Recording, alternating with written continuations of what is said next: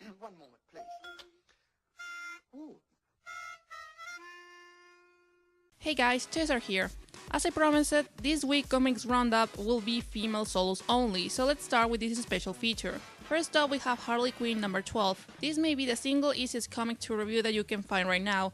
There is no doubt in my mind that several of these book plot lines started with the writer thinking, wouldn't be cool to see this, and just went from there. To give an example, this issue alone has Harley and Power Girl, who's acting as the companion of the week for this arc, thrown into another dimension. What happens when they try to get back to their own plane is almost impossible to describe with a straight face.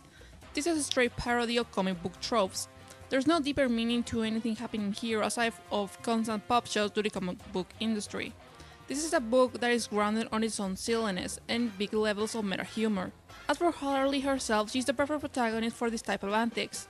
She sees everything as a game, her interaction with the rest of the world are clearly childish, and she barely spares a second thought on the consequences. This will be certainly damning in any series or storyline, but due to the frame of this particular setup is more than welcome. Power Girl is also the perfect foil. It seems that she fills the role of the cool big sister to Harley's annoying younger sibling routine. She's not stern or stoic, but she's certainly practical and goal-oriented, which makes her clashes with Harley instantly entertaining. It's an accessible read, with the only problem of being isolated as its own little thing, and despite it ending on a technical cliffhanger, I don't see much reason to go back to it. It's never boring, but it doesn't give you a hook to come back. It's almost like an evening soap opera in that regard. You can drop it at any time, go back after months, and feel like you didn't miss anything important. It's still a very entertaining issue, back it up with some great art and colorful interactions. It's a welcome break from the usual comics adventure routine, especially from DC Comics routine. 3.5 out of 5. Moving along to Black Widow number 12, the solicitation for this number in particular caused many people to scratch their heads when it was first announced, and I don't think it's necessary to explain why. Celebrity cameos have a deserved bad reputation in the comic fandom, and in a lot of other media for that matter. In most cases, they're either pointless or focus so much on the celebrity that the very focus of the book becomes lost. And I have to hand it over to writer Nathan Edmondson here, because he actually found a use to the celebrity cameo in this specific case. Anderson Cooper isn't much a character here, he's closer to a plot device. This issue isn't much about the storytelling per se, it's more about the theme. This is the kind of experiment much like the Civil War event, will cause different reactions depending on your political views. But unlike Civil War, which at one point felt like it was showing conclusions down the reader's throat, Black Widow decides to leave the big question floating in the air for the readers to ponder upon. We all know the whole ethical dilemma regarding the army and the shady actions that governments use when dealing with external threats, but this is the first time that I see this concept being explored from both points of view. On one hand, we have the media, which certainly has a point on the secrecy of S.H.I.E.L.D. and what it means in this era in which transparency is demanded, but on the other side of the coin we have Natasha and the other people who are putting their lives on the line constantly to repel threats and save people in the process. And you see them as normal people, not the silent hitmans that many works of fiction and non-fiction tend to portray them. It's a thought-provoking exercise that actually serves as discussion material, and it kind of makes me sad to see it forgotten beneath the whole Axis and Spider-Verse hype. Phil Noto continues to deliver quality artwork on these pages. The only complaint that I have is a moment in the end which feels like a cheap shot to give urgency to the chaos of the storyline. It's still a solid entry in which it's already one of Marvel's finest books, 4 out of 5.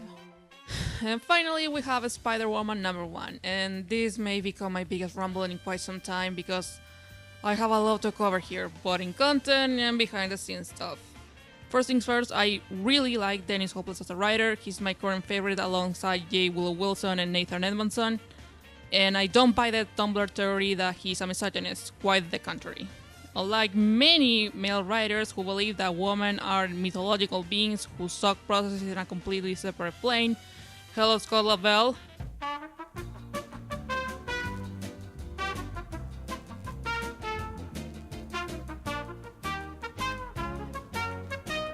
Hopeless characterization follows a simpler rule, at least when it comes to women. Human first, gender second. He seems to know that the inner struggles of women are the same as those of men, but the environment around them treats them differently and expects certain things from them that are not the same. The women that Hopeless writes are both flawed and empowered, but neither of their flaws or strengths are based on their gender. They're flawed because they can be way over their heads like Cami, or because they're trying to bear too much weight on their shoulders like Nico. And yet they never give up. They don't sit around waiting for something to happen. They have great sense of agency. And that doesn't fade when the plot requires them to go through hell and back. They're always making decisions on her own.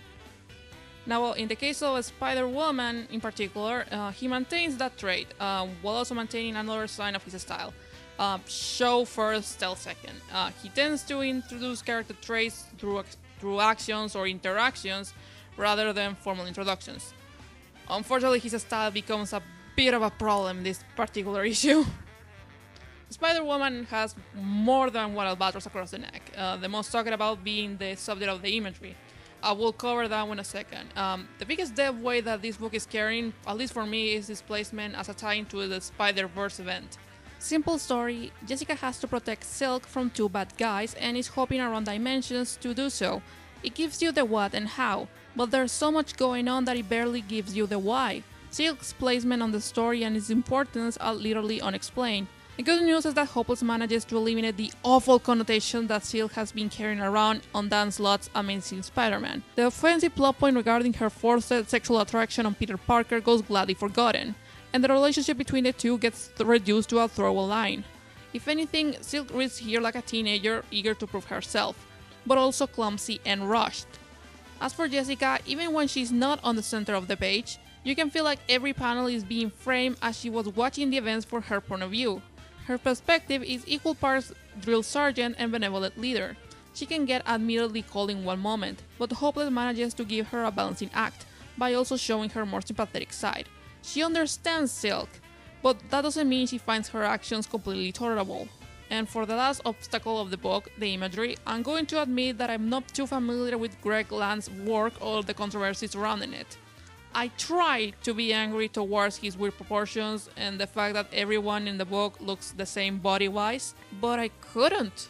Aside from weird facial expressions, I found the artwork to be average, and the coloring by Frank Darmada was actually impressive in the last pages. I really wish I could share everyone's opinions on the matter, but the more I think about it, the matter that annoys me the most is that Dan Slott's sex pollen bullshit is getting a free pass. Sorry, but as long as I don't see an actual image of a woman being forced into a sexual situation, I will take badly photoshopped ass over Dopcon any day. I'm baffled and disappointed that actual sexist writing isn't getting this much attention. Back to the book, I believe it did everything possible to deal with the many problems thrown into it from the start. Dennis Hopeless' version of the Jessica Drew is likable in her frustration, and her point of view is instantly understandable.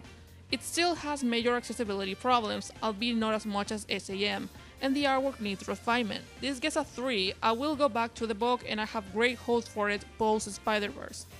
And that will be all for now. I hope you can forgive me for that marathonic ramble on the last comic, but there were many things that I needed to get on my chest. Hopefully next week I won't need to rant this much. See you all soon and remember to like, comment and subscribe.